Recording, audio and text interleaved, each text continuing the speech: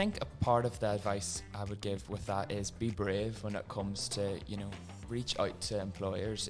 That particular employer thinking they came into the university, said email. I emailed before I was out of the room. Do you know that way? I sent the email before I'd even left. Doesn't surprise me. Yeah, and that's kind of how I've kind of led a lot of my career so far. And I think that there's a lot to be said about having that initiative, and I think that there's something to be said as well about thinking about what you can offer an organization. I remember sitting there in that room at that time thinking, well, I have a real natural interest in tech.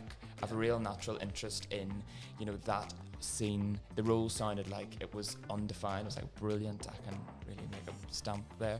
And that's how I went about it. So I'd say, when it comes to applications, seek advice in terms of making sure you have all all the information that you need. But I wouldn't be shy about reaching out. And also, you can do that on LinkedIn as well. Create a presence for yourself. So when that employer looks you up, you're in their mind because you've made that mark. Is there something in that as well, though, about being self-aware enough to know that the kind of environment you're gonna flourish in? So for some people, being given carte blanche almost and said, listen, you can come in here. We haven't got anyone in this role at the minute. We want new ideas. We want you to shape it.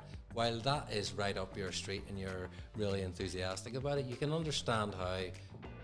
For others, that would be utterly terrifying, and others might want to go into a situation where, as part of my internship, I want to go in and be part of a team and see how the team interacts with each other and see the different jobs that people do.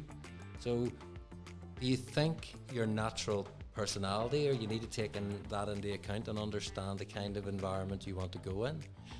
I think there's a confidence element. I think a lot of the time you can have that feeling of, oh, will I, won't I? Why not? Go for it. And especially when you're going on to an internship, you're there to learn. Yes. You will be there, and you will be given the opportunities to learn, and you're not expected to be the finished product by any stretch. So almost enjoy, if I give any advice, would be enjoy that time. Yeah. You are there to learn, so try everything and go for it, and to find out what you like, what you don't like, things you don't like.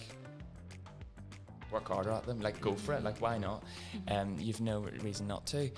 So I would say just have that confidence with that. Sometimes that can hold you back, and I remember at that time thinking, what do I, how do I go about it? Don't need to overthink it, just go for it. And what about you then? I mean, you mentioned Conor McGrath, and do you find that having someone like that who was so engaged in trying to help the students get the internships really make it a lot easier? I think it definitely does, especially in terms of shining light on opportunities you mightn't have seen otherwise. I'm not sure if I would have came across the ESPN ones if I hadn't have, just allocated time each day to looking through the emails he was sending and to make sure that I had an eye over all of them. I think it depends on how much you probably want a placement as well.